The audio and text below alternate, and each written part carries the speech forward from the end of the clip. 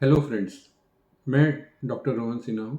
I am working as an additional director in department of neurosurgery JP hospital Noida.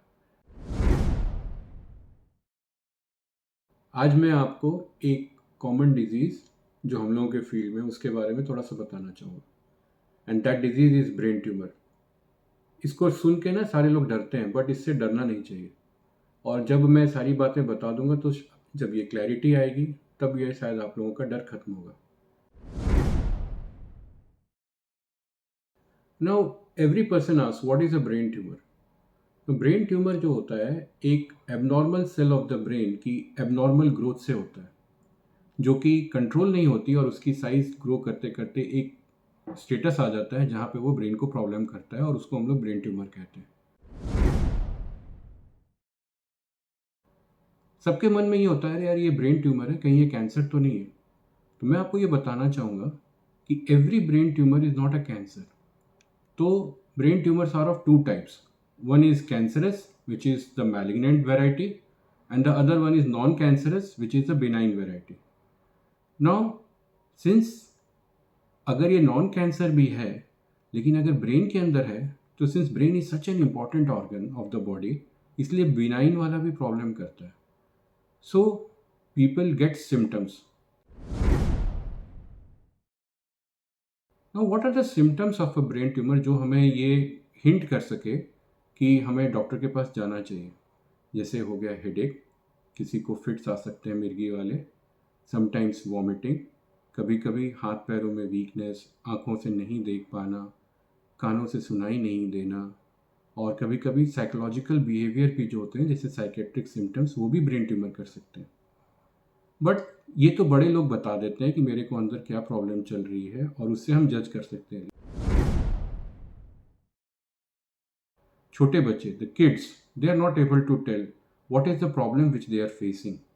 So most of the kids, what we have seen in our practice, that they start behaving erratic, they do not take food, school से कभी कभी complain आती है, देख नहीं पाते हैं, they keep on banging their head because of the headaches.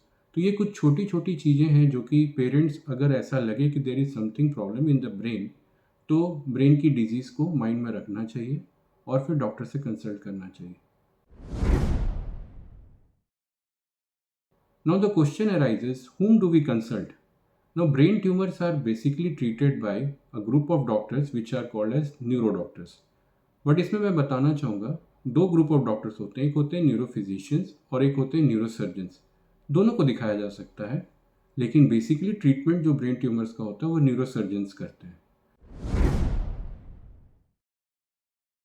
अच्छा, न्यूरोसर्जन ये डायग्नोस कैसे करते हैं कि इसको ब्रेन ट्यूमर है? तो वो पहला डिपेंड करता है उसकी क्लिनिकल सिम्टम्स पे, फिर एग्जामिनेशन पे वो उसको ठीक से चेक करते हैं और उनको एक हाई इंडेक्स ऑफ सस्पिशन बनाते हैं कि हाँ ब्रेन ट्यूमर इनको हो सकता है। फिर वो कुछ टेस्ट करते हैं और जो मोस्ट कॉमन टेस्ट है जो लोग करते हैं वो होता है CT scan of the head and MRI of the brain. इसके बाद हमें क्लैरिटी हो जाती है कि अंदर ट्यूमर है कि नहीं है, और अगर है तो किस तरह का है, बिनाइन या कैंसरस। उसके बाद डिपेंड करता है कि हम आगे इसकी क्या ट्रीटमेंट करेंगे। Most of the time the treatment depends upon the size और वो ब्रेन में कहाँ पे प्लेस्ड है और किस तरह का वो ट्यूमर है। जो ट्रीटमेंट मोडालिटीज़ अवेलेबल हैं उनमें एक सर्जरी होती है, कीमोथेरेपी हो सकता है और रेडिएशन थेरेपी होता है, और साइज पर डिपेंड करता है। Sometimes suppose a patient has a benign tumour, that means which is a non cancerous, और बहुत स्मॉल साइज का है, तो we just continue observation. Continue observation मतलब हम एवरी 3 मंथ्स 6 मंथ्स हम एमआरआई करते हैं और देखते हैं। कभी कभी ऐसा देखा गया है कि कुछ ट्यूमर्स आजीवन एक ही साइज पे रह सकते हैं और कभी भी ना बढ़े, तो that is a very good thing for the patient. तो उसमें डरने की कोई बात ही नहीं है। Sometimes tumors are of big size and that needs treatment. The treatment, most of the time, if it is a big size, depends on the doctor what kind of surgery he wants to do depending upon the size, place. और most of the time the treatment जो होती है वो surgery होती है। आज की date में सर्जरी काफ़ी एडवांस हो गई है और लोगों को उससे डरना नहीं चाहिए। लेकिन इसमें बड़ी एक ऐसी चीज़ है जो लोग पूछते हैं कि दूरबीन से करेंगे क्या? बट मैं आपको ये बताना चाहूँगा, दूरबीन से बहुत ही कम ब्रेन ट्यूमर्स ऑपरेट होते हैं, बाकी ओपन होकर होते हैं। बट जितने भी ओपन प्रोसीजर्स आज की डेट में हैं, वो भी बहुत मिनिमली इन्वेजिव हैं, मतलब कम ट्रॉमेटिक होते हैं because of advancement in technology, जैसे कि माइक्रोस्कोप, नेविगेशन। इनसे हमारे ऑपरेशन की प्रिसीजन भी बढ़ गई है और ट्यूमर का एक्सीजन भी बढ़ जाता है और काफ़ी अच्छे से निकाला जाता है ना। सर्जरी के बाद क्या होता है, हम लोग प्रायः 1 या 2 दिन पेशेंट को आईसीयू में रखने की ज़रूरत पड़ती है और most of the patients hospital से 5वें-6ठे दिन डिस्चार्ज हो जाते हैं। इनमें से जो कॉमन ट्यूमर्स हम लोग ऑब्जर्व करते हैं वो होता है पिट्यूटरी ग्लैंड ट्यूमर, मेनिंजियोमा, ये नॉन कैंसरस है। और इनमें से जो कॉमन कैंसर वाले होते हैं उन्हें हम ग्लायोमा कहते हैं। नाउ ग्लायोमा जो होता है ये कई ग्रेड्स के होते हैं, जैसे ग्रेड 1, 2, 3, 4, और ये डिपेंड करता है कि वो कितने एग्रेसिव अप्रोच से बढ़ता है। ग्रेड 4 की थोड़ी सी आउटकम ख़राब होती है, बट ग्रेड 1, 2 का अच्छा आउटकम होता है। तो मैं ये बताना चाह रहा हूँ इससे कि जो लोग डरते हैं ब्रेन ट्यूमर से, उनमें से कैंसरस बहुत कम होते हैं और बाकी जो होते हैं बिनाइन होते हैं, और उनका सही टाइम पे सही तरीके से अगर इलाज हो पाए तो आउटकम अच्छा होता है। कुछ लोगों के मन में ये भी सवाल होता है कि ये ब्रेन ट्यूमर आता कहाँ से है, क्यों हो जाता है। और जो प्रायः क्वेश्चन लोग मुझसे पूछते हैं कि क्या ये रेडिएशन से, फ़ोन यूज़ करने से होता है। मैं ये कहना चाहूँगा कि ऐसा कोई साइंटिफिक एविडेंस तो नहीं है, लेकिन अगर हम अवॉइड कर सकते हैं तो इसमें नुकसान क्या है।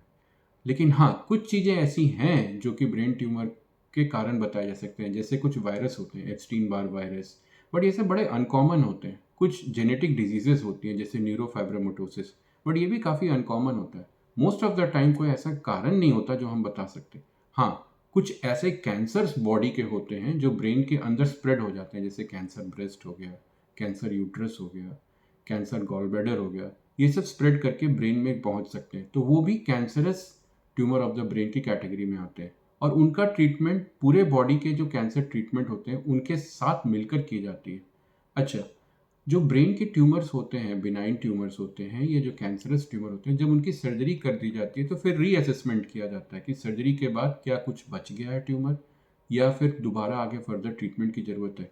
कभी कभी ऐसा होता है कि बिनाइन ब्रेन के इम्पॉर्टेंट नर्व्स से और एरिया से काफ़ी चिपके होते हैं, तो वो हिस्सा थोड़ा सा छोड़ना पड़ता है सर्जरी में, और वो फिर रेडिएशन से टैकल हो जाते हैं और वो रेडिएशन से ख़त्म हो जाते हैं। और जो कैंसरस होते हैं उनके लिए कुछ कीमोथेरेपीज और रेडिएशन थेरेपी पोस्ट सर्जरी देनी होती है। मैं ये कुल मिला के कहना चाहूँगा कि आज की डेट में काफ़ी एडवांसमेंट है और majority of the brain tumours की अच्छी तरह से ट्रीटमेंट होती है। इनमें जो डिपार्टमेंट्स मिलकर काम करते हैं वो होते हैं neurophysicians, neurosurgeons, radiation oncologist, medical oncologist, और कभी कभी इंडोक्राइनोलॉजिस्ट, जब पिट्यूटरी ट्यूमर्स वाले जैसे ट्यूमर्स होते हैं जो कि हार्मोन सिक्रीट करते हैं। जेपी हॉस्पिटल जो है ये वेल इक्विप्ड है इस तरह की बीमारियों को ट्रीट करने के लिए, क्योंकि हमारे पास सारे एडवांस्ड इक्विपमेंट्स भी हैं और सारे कंसर्न डिपार्टमेंट्स भी हैं। और यहाँ पे प्रायः पेशेंट्स सारी चीज़ों का ट्रीटमेंट यहाँ पे हो जाता है। रेडिएशन हमारी काफ़ी अच्छी है, सर्जिकल इक्विपमेंट्स बहुत अच्छे हैं, आईसीयू सेटअप काफ़ी अच्छा है, और इन सबों का काफ़ी प्रभाव पड़ता है गुड आउटकम पर।